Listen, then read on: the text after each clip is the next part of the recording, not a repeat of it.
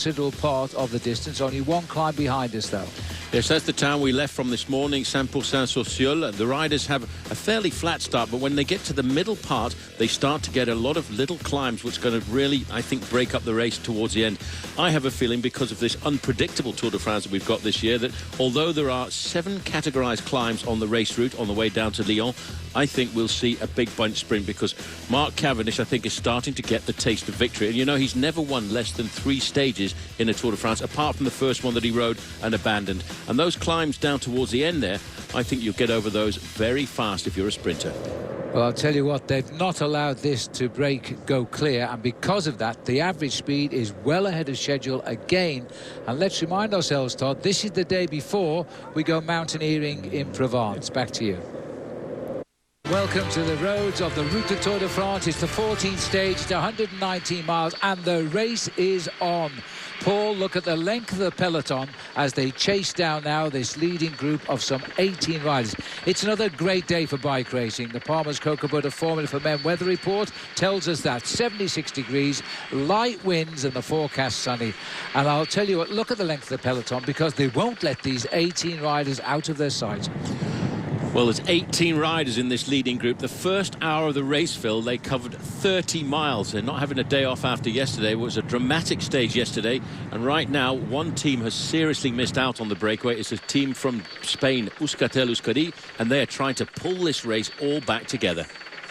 Yeah, we thought it might get away, and today, because of the big climb tomorrow of Mont Ventoux, the riders would say, OK, let them go. They're not going to affect the destiny of the yellow jersey. And on Andrew Talansky, the American from Miami, in this breakaway, well, he probably thought he'd read it right and a chance up the overall. It was all started by Jens Voigt, who else? And now these 18 riders who got together. There's 14 of the 22 teams in the Tour de France with representatives in this league group. And because Euskaltel-Euskadi missed out, it looks like they've been ordered to chase it down. Yes, they tried very, very hard. It started off really with the move by Jens Voigt, the oldest man in the race at 41 years of age. He was certainly looking for the move to succeed.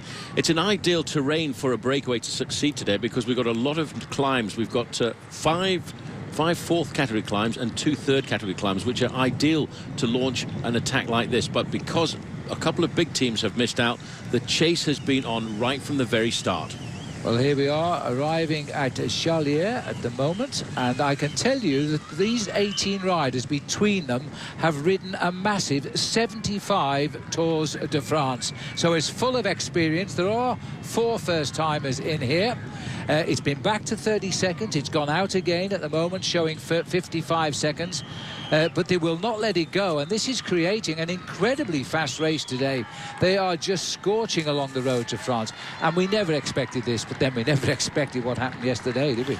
No, not at all. The man, you talk about statistics, Phil, the man at the back there, number 129, Juan Jose Rojas, has finished 27 times in the top 10 of the Tour de France, and he's yet to win a stage.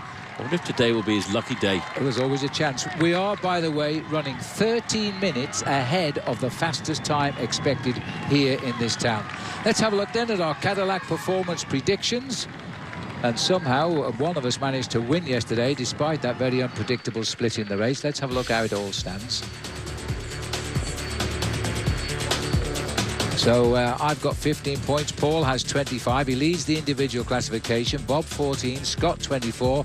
Grouping us together, we've got 40 points. Bob and Scott have got 38. So it's a pretty close Tour de France for all 4 of us. Let's have a look who we've all picked today. I learned with you, by the way. I picked Mark Cavendish. I knew that. But Paul's picked Andre Greipel. Bob and Andrew Talansky, an inspired pick, Bob. And Peter Sagan goes for Scott. So that's the situation as it stands in the Cadillac performance predictions, and Talansky is in this breakaway with his experienced team captain David Miller. So the breakaway clear here, but the chase at 55 seconds, Paul. We're running 30 minutes ahead of fastest time. I can't believe it. I thought the boys would have said we've got to have an easy ride before tomorrow. It's the longest stage as well tomorrow. Well, there's two factors in today's race, Phil. For a lot of the riders in this main field here, they feel that it might be the last chance that the sprinters have got to have a bit of glory before we get up to the Champs-Élysées a week tomorrow. And then for a lot of other guys, they figure it's the last chance to get into the breakaway. So that's why we've got such a hard and fast race. Well, many of you told us how you enjoyed yesterday's coverage of a terrific bike race. Who could have predicted that Valverde would lose 10 minutes or Contador would gain 69 seconds over the race leader? We're all started. We'll take a break.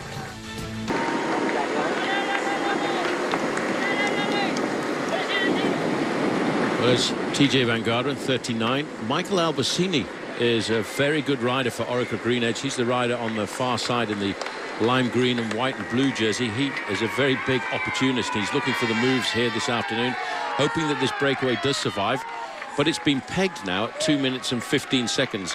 And I think these guys are actually going to try and conserve a little bit of energy because they know that there could well be a chase back in the last hour of the race.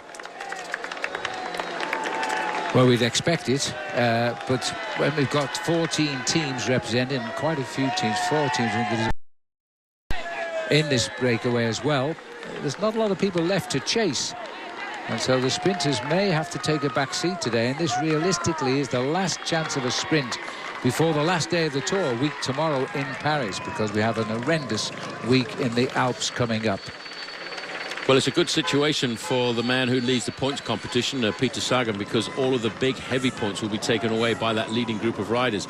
But guys like Greipel and Kittel, I think they would like to have another crack at a stage victory. Yeah. Kittel is proving to be a very, very fast rider. Makes it a little bit complicated, though, for those two guys because they've each got a man in the breakaway. You can see number 22 here has got into the breakaway for Lotto Belisol, and that's Lars Bak.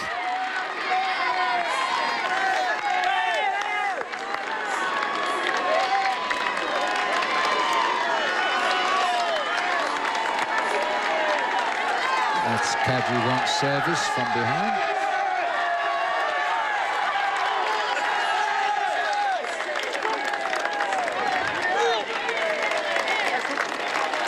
See by the French flag up there, there's not much wind around today. It's exactly what the riders are appreciating. People on the left with the green hands for the green jersey. Past them by the caravan, running an hour ahead of the Tour.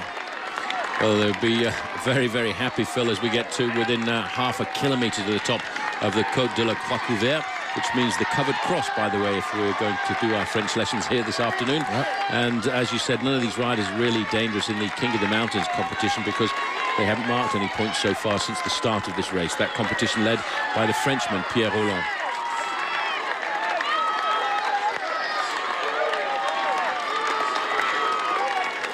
Well, this is only a 4th category climb, but it obviously is in a catchment area where plenty of people knew the Tour was coming. Massive crowd. Well, let's not forget, this is a big weekend for France as well, because we had the American Independence Day almost over a week ago. This weekend is the Bastille Day weekend. It's the 14th of July, the French national holiday tomorrow. And I would think a lot of these people will move away from here and be on the slopes of the Mont Ventoux. Bet your life, it's not that far away. It's about 300 kilometres from here. Over the top it comes. And it looks as though it is Lars Bak. No, it's not. It's Radio Shack. Bakeland. But Baklands. And it continues his great form in this year's Tour. So, remember Jan Baklands? He was the man that led the Tour and won a surprise stage on the island of Corsica. Seems a long time ago now. But he's still finding great form in this year's Tour de France. He's in the break and he's just won a point in the King of the Mountains. See you in a moment. They're not really coordinated anymore now. It's split a few moments ago. It's come back together again. One or two guys getting a bit twitchy about the fact that not everybody is helping each other here. As we watch at the moment, the pace at the front there from the Cofidis rider Igor Garcia. 2 kilometres to the green jersey sprint, and nobody interested in this group. Rojas is the best placed in this sprint, but a long way behind Peter Sagan, who leads this competition. 357 points. Cavendish coming to second place at 273. Greipel slipped down to third.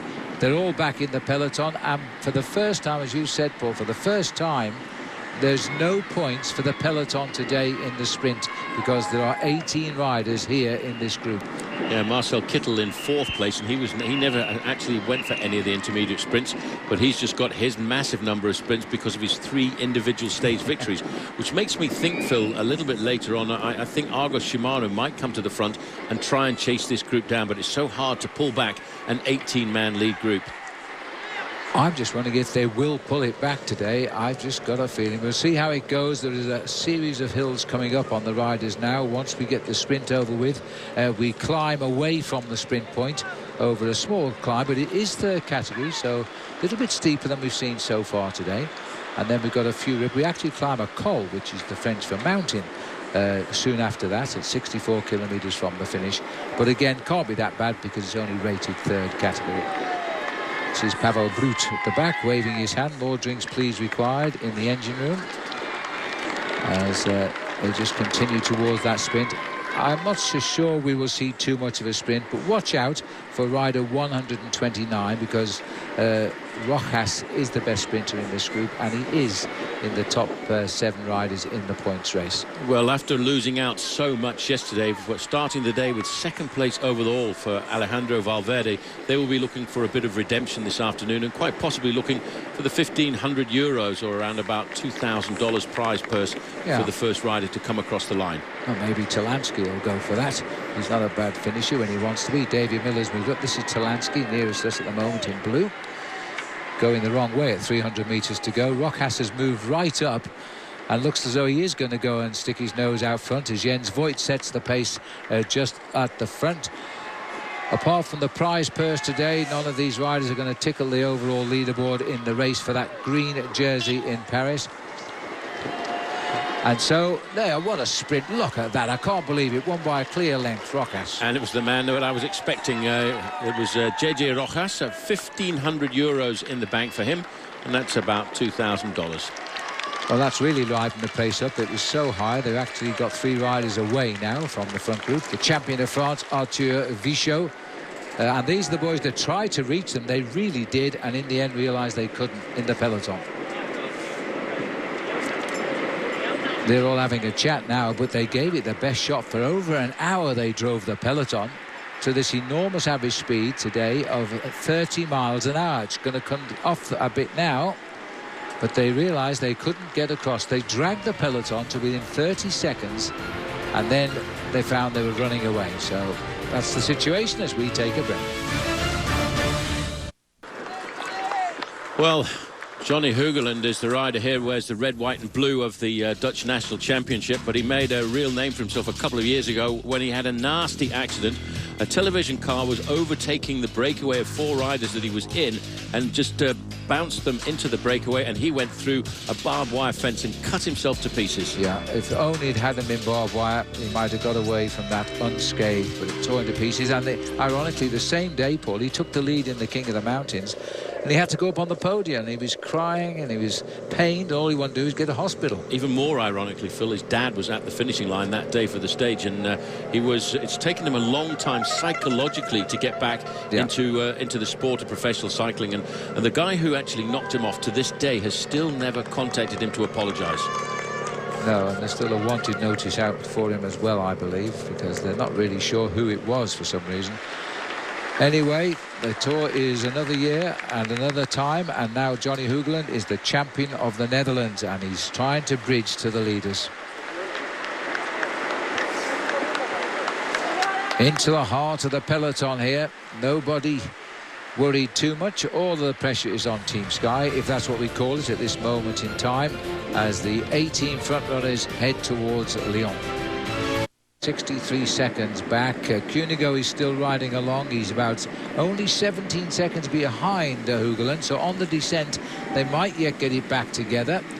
Oroz is reported. We've never seen him. Well, we've probably run out of television cameras. We've never seen Oroz, but he is riding ahead of the peloton by about a minute and a half, and the peloton themselves over 4 minutes back at the moment. That's the spread of the Tour de France just at this moment. Yes, it is, and that's a little acceleration there may well make it that bit more difficult for this man, Johnny Hogeland, to reintegrate that group of riders at the front. If I was him, in fact, I'd look over my shoulder and try and ascertain where Damiano Cunego was and wait for the Italian rider, because two pairs of legs are much better than one on their own. Well, we're just looking at the moment of the chase by number 205. Johnny Hogeland is trying to reach them. It is a valiant chase. He's 63 seconds back of the leaders, and if he looked over his shoulder, the man he left on the climb, Cunego, is only 17 seconds behind him. But the peloton, the breakaway rather, is now preoccupied chasing Marcus Burkhardt, who's just gone off the front. There's the peloton on the descent. This is a long journey through the hillsides here, and basically it's the best part of 30 kilometres downhill.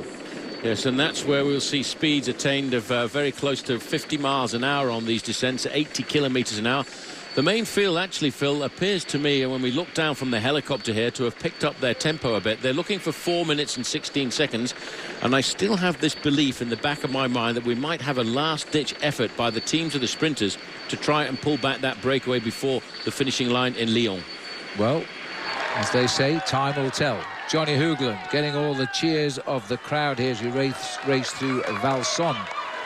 And we're still going through with a healthy 9 minutes ahead of the fastest schedule with the leaders on today's stage. They have not shown any respect at all to the longest stage of the race tomorrow, which finishes on top of Mont Ventoux.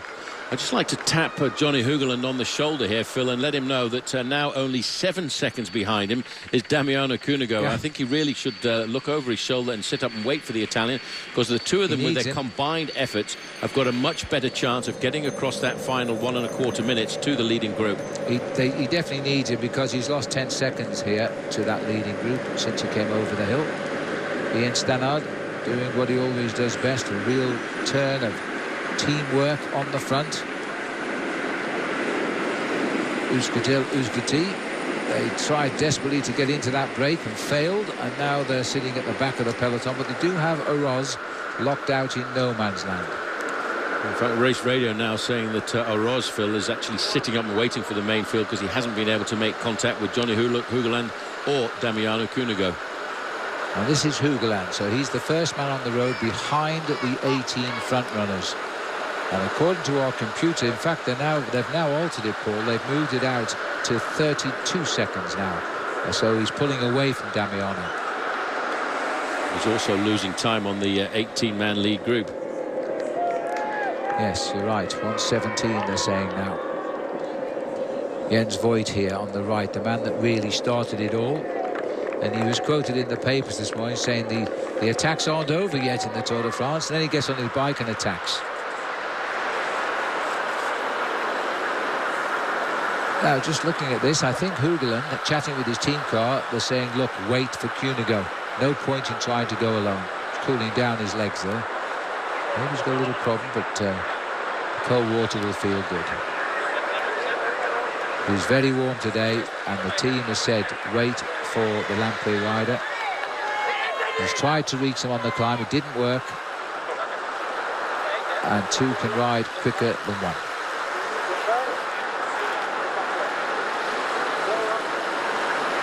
I thought for a moment he was going to cross that gap on the climb, but it wasn't to be. He was 55 seconds behind over the top. There in the distance, you can see the cars behind Cunego. The peloton are still quite a way behind them as they continue to speed off this climb of the Col de Pion. Next climb will come, they'll top out with 19 miles left to run to the finish. The stage is flying by today. Oh, we've changed. We moved on. This is the Chateau d'Azergues.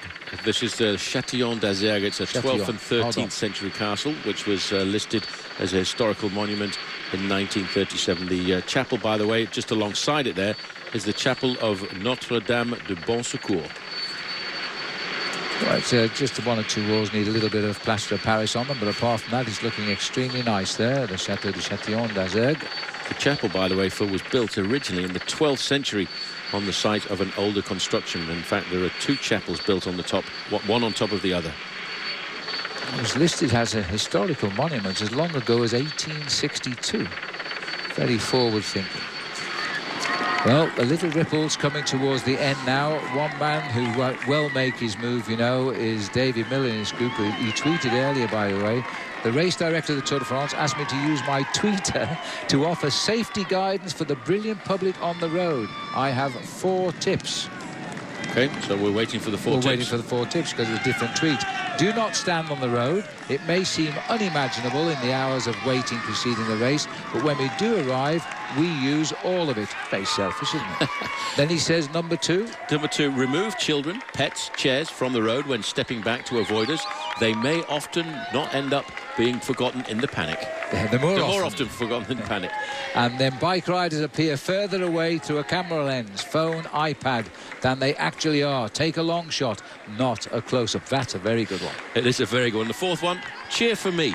We hear everything when passing, and most importantly, enjoy the spectacle. I'll be standing there with you soon.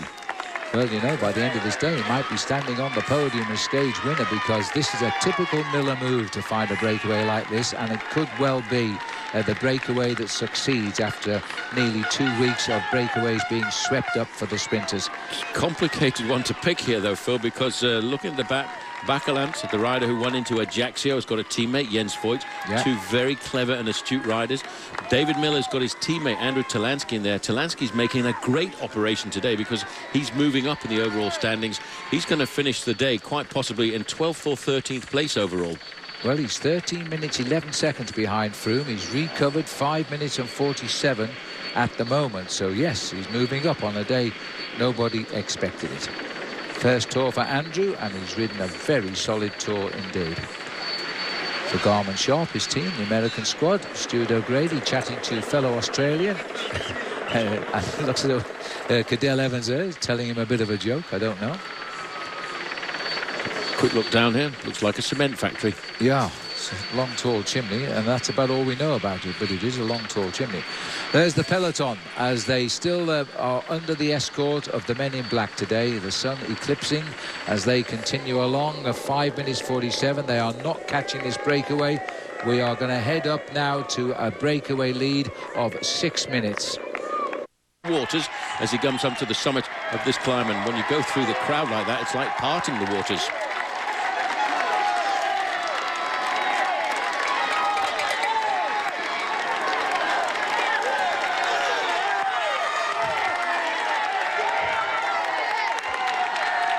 I tell you what, we've just come up to a kilometre to the summit now, and I'm convinced, well, a third of a kilometre to the summit rather, and I'm convinced that Berghout is trying to soften these up for an attack by TJ Van Garderen. Dausberg is here, Christoph. That's for one of the riders in the race. Plenty of badges out there. There's a flag there for the Lyonnais football club, which is where we are at the moment. This is the South African flag flying high there on the left and right-hand side of the road, obviously for Daryl Impey, who was a yellow jersey wearer early on. There's the summit of the climb, and I can't see over the top of these guys. And in fact, it's Jens Voigt who's going to get it. Drives them over the top. Jens Voigt gets the only point available there because it was a 4th category climb, so he's got a point in the King of the Mountains competition. It makes no difference to the overall lead of Roland. Well, they are driving now in that breakaway. That's one of the small climbs. There are 2 more. The next one we top out at 15 kilometres to go, and it could be there. They'll choose to attack each other. Welcome back to Tour de France Live, presented by Cadillac, and the run into Lyon as we are under 20 miles to go. And it looks like, if you believe Phil Liggett, and why wouldn't you, the breakaway is going to stay away. We want to remind you on Tour Primetime tonight, 8 p.m., we will have Stage 14, the aftermath, all the interviews. We'll break down what happened. We'll talk with Andrew Talansky and TJ Van Garderen and ask them what it was like to be in the anatomy of a breakaway and riding up front for so long. Plus, we'll look forward to tomorrow as Mont Ventoux looms. It'll be Bastille Day, so the French will be in a great mood. That's all coming up tonight on Tour Primetime, 8 p.m. on NBCSN. I'll be joined by Scott Moniger and Bob Roll. We'll ask Bob Key several good questions presented by Head Sweats. It's a jam-packed show as usual. Right now, back to Phil and Paul. Yes, thanks, Todd. They're picking up a slight tailwind for what it's worth today. They're coming to the town of La Tour de Salvagny. And again, the crowd's out in force today, enjoying a beautiful summer's day in the Rhone department of France. And the breakaway is going to start fighting it out amongst themselves very soon. It's the Swiss rider on the Australian Orica Green Edge team, Michael Aldersini, on the front just now. It's being stalked by Rojas, the sprinter in the group. Oh no, I beg your pardon, he's stalked by his teammate Viti. at the front, because Rojas is sat right there at the back. He's the sprinter of this breakaway.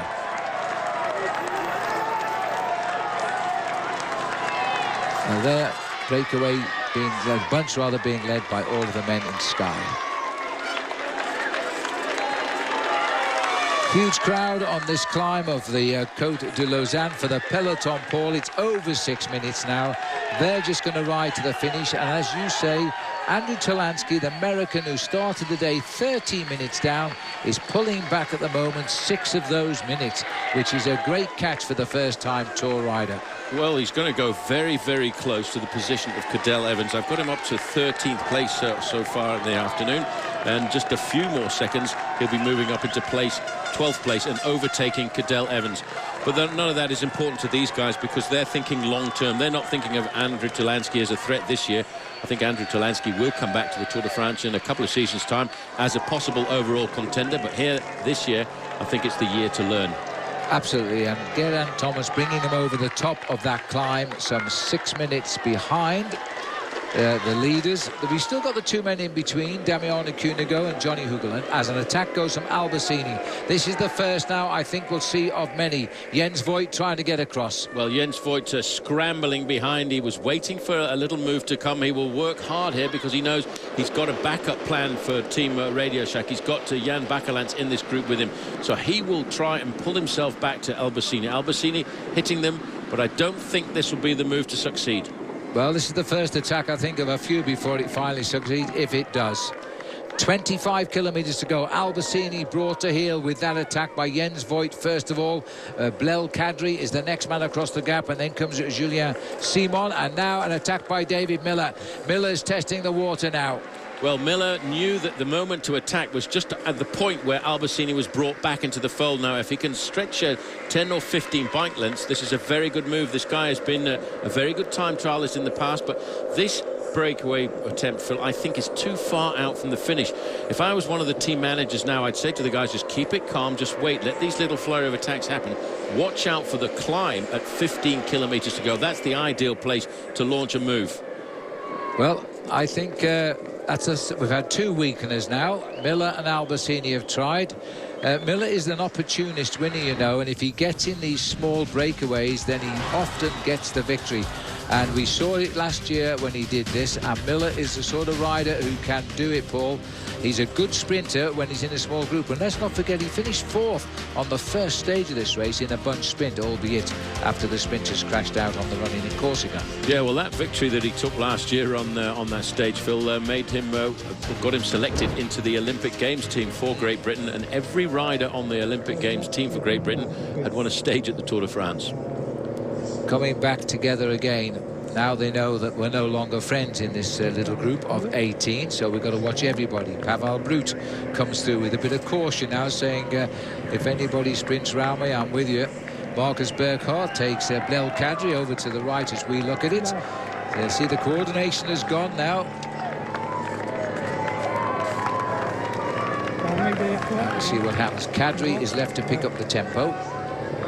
Jens Voigt decides to take it up with him, followed by Pavel Brut. Well, let me remind you about the Road ID pop quiz. By the way, for all the answers to the previous questions, go to roadid.com. Today the question is, who invented the first pedal-powered bicycle? And I can tell you it wasn't Bob Roll. Head on over to roadid.com/TDF to make your prediction and enter for daily prizes. The peloton now in this lead group is attacking one another. There are 2 small climbs to come in the last 15 kilometres of the day. We'll take a short break and rejoin him. Well, as he pushes on here now, is this going to be the one? He rides for the wild card team here, Sochazun. And at the moment, they're not organised behind.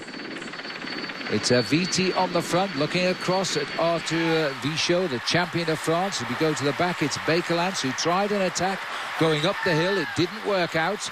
In fact, he got rid of his teammate, Jens Voigt. And it looks as though we might have a BMC rider just ahead, and if it was, it'll be TJ Van Garderen. Well, he had the legs on the climb. He was the one that put the pressure on. Julien Simon is the rider who took advantage of those flurry of attacks, and now he's got himself a about a 10 or 15 second advantage, but they're not going to let him ride on his own to the finish. That is TJ Van Garderen, 39. Now, he was looking for the win today. I sense it all of the time, and now he's just seen the Frenchman Simon dive away, and he fancies that. So he's trying to cause the reaction and reach him alone, but Viti on the front here is trying to bring it back together because his sprinter Rojas is just sitting and resting as long as he can. Wow, looked like he almost overcooked that one. He took a massive risk going around that little bit of traffic furniture there, but he still had the ability and the agility to keep it upright. Wide roads now as we enter the suburbs of Lyon itself. There's still one more climb to come. TJ might reach him on this climb. It is still about 3.5 kilometers away, so he's not there yet. 3 kilometers now. It is for the top of the climb of the Croix-Rousse. This is Trentin who's going for Omega Pharma Quick-Step, Matteo Trentin. Yes, Trentin's now digging in his first Tour de France as he tries now to reach the two attackers. Well, he's been pulled back there, and that's Pavel Brut. Pavel Brut from Katusha bringing them all back and bringing back TJ Van Garderen as well. So now back down to the lone leader off the front, Simon. Yes, all looking at each other here. That's Viti looking around to see what his teammate is at the moment.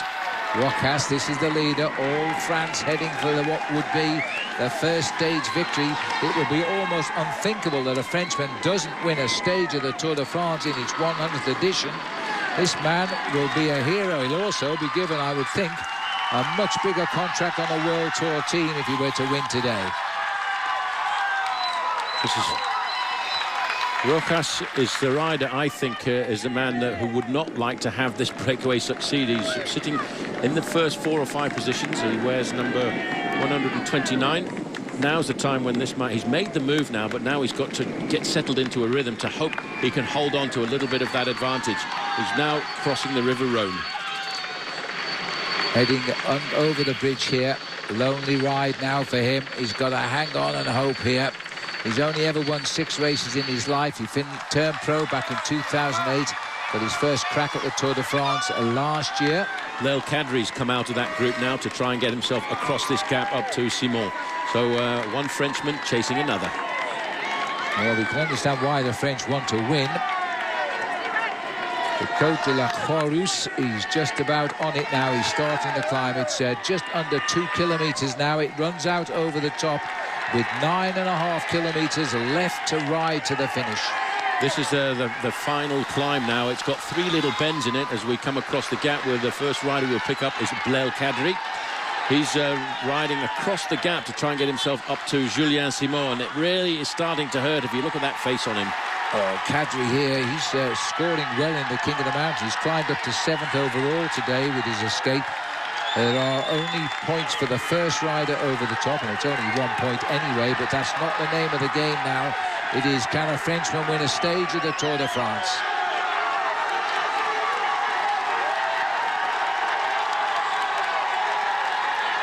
Just look at the French people here, loving the sight of a Frenchman up front. This is Kadri trying to reach another teammate, but a countryman. French cutting off his corner there. He wanted the inside. Reminder of what's to come on Alpe d'Huez and Mont Ventoux tomorrow. Alpe d'Huez later, of course, next week, where we climb it twice. Well, he's almost at the summit of this climb, which is only 1.5 kilometers long, but then over the top he's got 9 kilometers to go to the finish. That's just 6 miles of racing. The French have turned out to honour their bike race here this afternoon. This man leads ahead of another Frenchman, Lel Kadri. And in the group behind, I wonder who's going to do the pacemaking, because JJ Rojas, this is the main field. Catching up with the 2 escapees. They've thrown the towel in Hugeland and Kunigo. So it's breakaway versus the peloton. Actually, it's the break versus the breakaway now. Simon.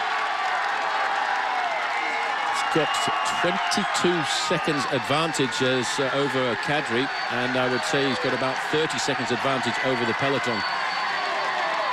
It'll be tough to hold on to this. 10 kilometers to go. He's not quite at the summit yet, but he is gaining just now. Well, he's gaining just now, but I'm sure once they go over the top of this climb, they'll start to get themselves organised and chase down. You don't throw away a chance of winning a stage in the Tour de France like this. Losing ground to Julien Simon. In fact, he's 25 seconds back.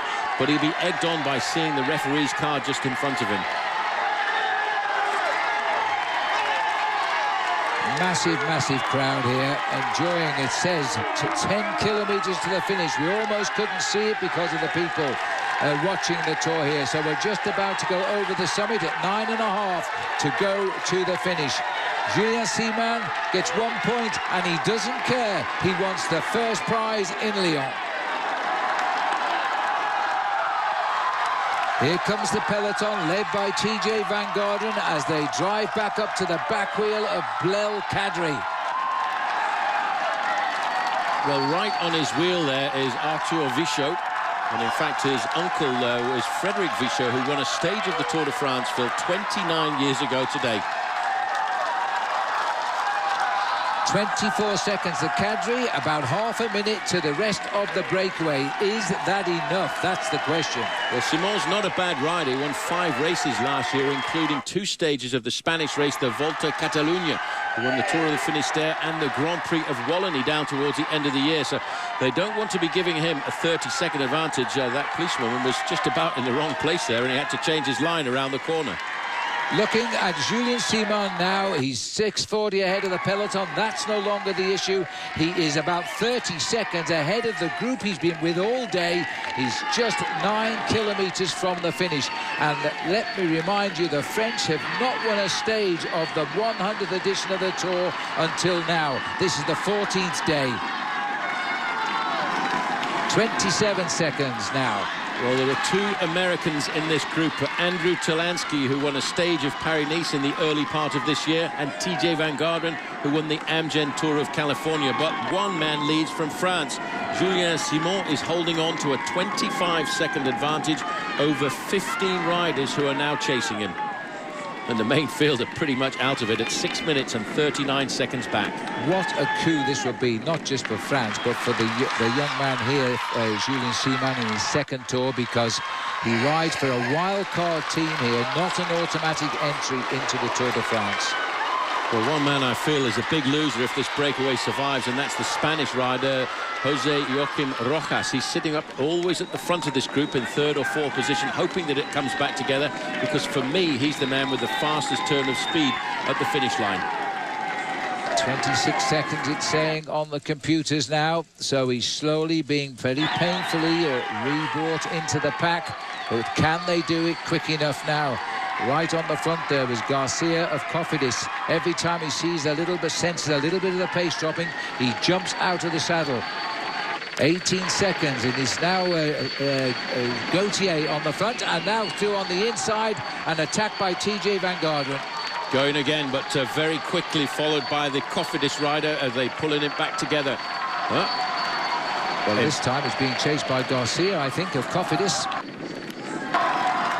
Well, actually, you might have noticed there, Phil, that one of the riders from BMC, and it was Marcus Burkhardt, he actually let the gap go going around that corner when he saw TJ Van Garderen go into it in first place. That's to ease his mate away. There is the gap. They've got Gautier, they've got Garcia, and leading the pace is TJ Van Garderen. But bringing them back together is Trontin from Omega Pharma Quickstep, followed by Arthur Vichot, the French national champion. Fast descent now into the heart of Lyon with just 7 kilometres to go to the finish. This man is not hanging around here this afternoon. Might be a good time to remind you, Phil, that Soja-Sun have been to the Tour de France on a number of occasions before and have never yet won a stage. But we've always talked to them in the past of being in breakaways, but you're right, they haven't won a stage. He's been away now for 7 kilometres. He's got 7 kilometres to go as we sweep over the beautiful river here. That corresponds to about 8 minutes of effort after a long day in the saddle. TJ Van Garderen is very keen to chase at the front of that group to try and pull it all back together.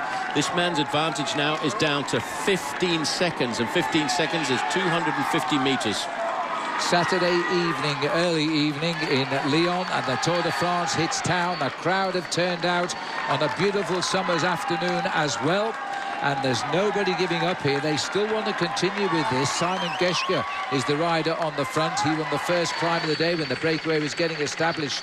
They're not going to catch him if they make these flurries of attacks one after the other. To catch him, they need to work together and take turns at the front of that group to keep their impetus nice and high. What happens when those attacks come and then slow down is it takes the general average speed of that group down a fraction, and you see they're not eating into his advantage very quickly. It's still 13 seconds.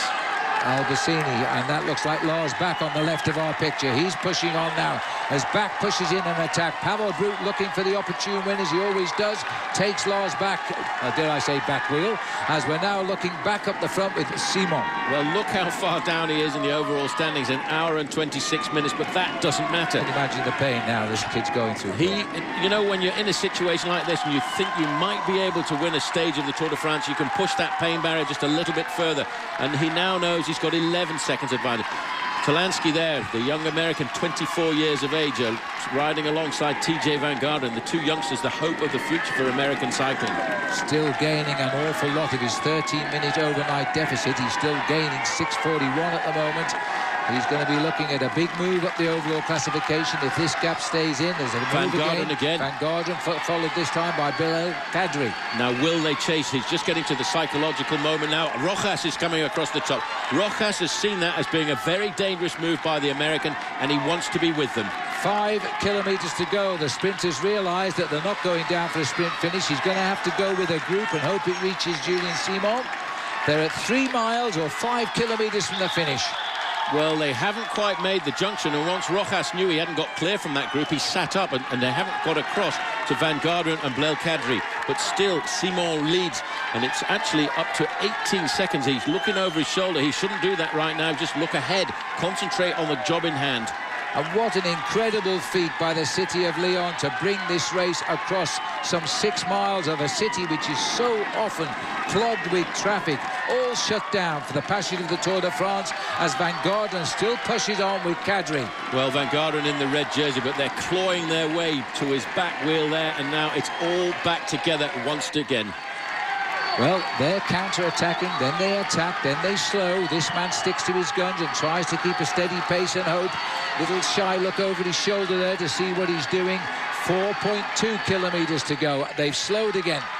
Well, you can just see the Soja-Sun rider in the distance. It's around about 2, and TJ Van Garderen is going again, and Talansky is right onto his wheel. Well, they're on rival teams, so they're not helping each other, that's for sure, as we go back up with the French leader, pulled on by the fact it's the eve of Bastille Day, and no Frenchman has won a stage of the Tour de France this year. Surely you don't need better incentives than that. The impetus in that group now is starting to slow, and again it's Marcus Burkhardt going over the top. He feels that the time is right for him to have a go. He's a teammate of Van Garderen. Yes, and this time the French champion has gone with Lars Bak to try, and they've got him too, and they've slowed down again. This man just gets on with the job. All of the time he rides at the same tempo. He's probably riding through the streets of the town here at 27, 28 miles an hour as he gets out to the saddle. Every time there's a little rise in the field, he tries to keep the momentum going as hard as possible. 17 seconds. Van Garderen now has been left behind by that group because of the long attacks that he did. Well, he gave it his all, and now he's been tailed off, and it's left to Lars Bak, to his teammate Marcus Burkhardt there to do anything now for BMC. 3 kilometres to go for the leader. He is just under the banner, and we've got an attack by Bak again. Lars Bak hit them again. They all want to try and scuttle across this gap if they can on their own. They don't want to take anybody else with them. It's a long, hard ride now for Lars Bak to try and catch this rider, Julian Simon. He won 5 races last year, and they were very good races at that. 2 stages of the Volta Catalunya. And he really is finding his legs burning now, but that sensation is much more acceptable. It's Bakelants coming across the gap now to Lars Bak, and on his wheel, you've got Gauthier. Well, we'll see now if they come back together under this pressure here. Lars Bak has become very, very active. He's never won a stage of the Tour. It's his 3rd Tour. As Julian Simon, he's never won a stage either, but it could be a big day today for him. Saturday afternoon in the city of Lyon. This man is going faster than you will ever drive down this road once the roads are open to traffic. And he's free to fly at the moment. He's hanging on. Well, he's still holding on to about a 200-meter advantage as he comes. He must be egged on by this crowd. The crowd are phenomenal round as he comes up to the 2 kilometer to go board. There it is, 2 kilometers, just over a mile and a half to the finishing line. Can he hold on in there? Julien Simon, I think the whole of France will be shouting now at their television set as the counter-attack has started again. This time it's Cyril Gauthier, another Frenchman on the front, but in the distance, who is that? That is the leader of this race, Julien Simon. Look at his shoulders now, Phil. They are starting to rock. Marcus Burkhardt has hit them very hard. He's the teammate of TJ Van Garderen, the American, who in fact has been left behind by this group. He's down to 7 seconds. This man now is starting to feel the pain. It's accumulated pain. He's got about 100 meters advantage. The big rider from BMC is coming across this gap. And is he coming across? He's coming across at like a train here. Well, it's not usually the peloton picking up the breakaway. Now it's the breakaway picking up the lone leader right on the 1 kilometer to go banner. There is Michael Albacini now, makes the junction with the BMC rider. They've got to keep going. They've just about got onto the wheel of the rider from Sojasan. Albacini knows that. He knows he's got to keep going at this moment. Huge last-minute desperate efforts to catch Julien Simon, and Albacini is first across at the 1 kilometer to go, but the rest are clawing their way across. They are totally committed. They cannot wait. Albacini would not like to go now. He's absolutely no choice. Well, he's got to keep the pressure on because Getschka's coming across from Argos Shimano. He will ride like this up until about 300 or 400 meters to go. Then he'll try and force the Frenchman to come to the front. Well, as you see when you get the front shot, it would have been a sprinter's delight finishing in Lyon. And now it might well be a sprinter because Rochas is still in that group here. As we've seen now, Geschke on the front here, followed by Albacini, followed by Julien Simon, Marcus Berghout and Bakelants looking over and checking. Bakelants is the danger. This is a long straight road and he's got them. He's just jumping out of the saddle. Albacini's seen that as a dangerous time to move and he gets right up into second position as the Belgian starts to lead out. 200 metres to the line. Jan Bakelants, who won stage 2 of this race and got yellow, is in the mix again, but Albacini's gone now as they go up to the 150 mark. Albacini goes, chased by Simon Geschke in the white jersey, and Rochas grits his teeth on the right. He's the sprinter. Rochas trying to get through with Matteo Trentin on the line. It is going to be Trentin who takes it, the newcomer, and making up for what Mark Cavendish couldn't do because Trentin is on the same team as Cavendish. And look how far back he comes from, Phil. He was in about 8th or 9th position. Andrew Talansky saw that too late and jumped onto the wheel of the Italian. At this moment, it looks as if Albacini's got it all sewn up, but the speed of Matteo Trentin as he comes to the line gives him the victory there by a good bicycle wheel length. And I think Talansky's going to be seen on the photo in 3rd place here. What a finish for the young American Andrew Talansky in his 3rd tour, and is also going to make big gains in the overalls on his first tour. I beg your pardon, saying 3rd place in his first tour, and he's going to make big gains overall. And Rochas making another top 10 finish in 4th place. I can't tell you how many times he's been called in 2nd place when he's been wearing the green jersey as well. He does not believe it, but where did he find that kick from? He came, that was, if you like, Phil, it's a hard thing to say, but that was actually a slowish sprint. And if you've got a little bit of a kick, you can come from a long way back, and that's exactly what he did. Meanwhile, the main field are still to finish. Vedo questa un secondo, scusa. Matteo, una grande gioia, Matteo. Vedi? TJ Van Garderen finished stretching out his back. He gave it all of his best shots today, and in the end, he didn't hit it right.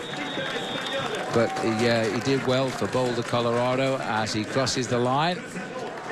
And about 18th. He won't quite be last, actually, because I think David Miller's still behind, but that's immaterial anyway. We're going back out to the field now. Talansky finished in a flurry there and got 3rd on the line. Terrific ride for him in his first Tour de France, showing that he is a man for the future in this race because he can climb. And so he moves up tonight on the eve of the longest stage of the race tomorrow, as Ian Stannard, the British rider, brings to the group here at 4 kilometers to go. So they've maintained all of the gains here. So Talansky is going to find he's pulled back around about 7 minutes of his lost time of 13. He's the big man to gain time in that breakaway. The rest were racing for the stage win. It would have been a matter of another 50 metres further. Talansky might have been the stage winner today. Here's the new team leaders on the team. That won't be affected today. Saxo Tinkoff coming in. At least I don't think it will. It may be affected by the Movistar team with 2 riders up front and such a big gap.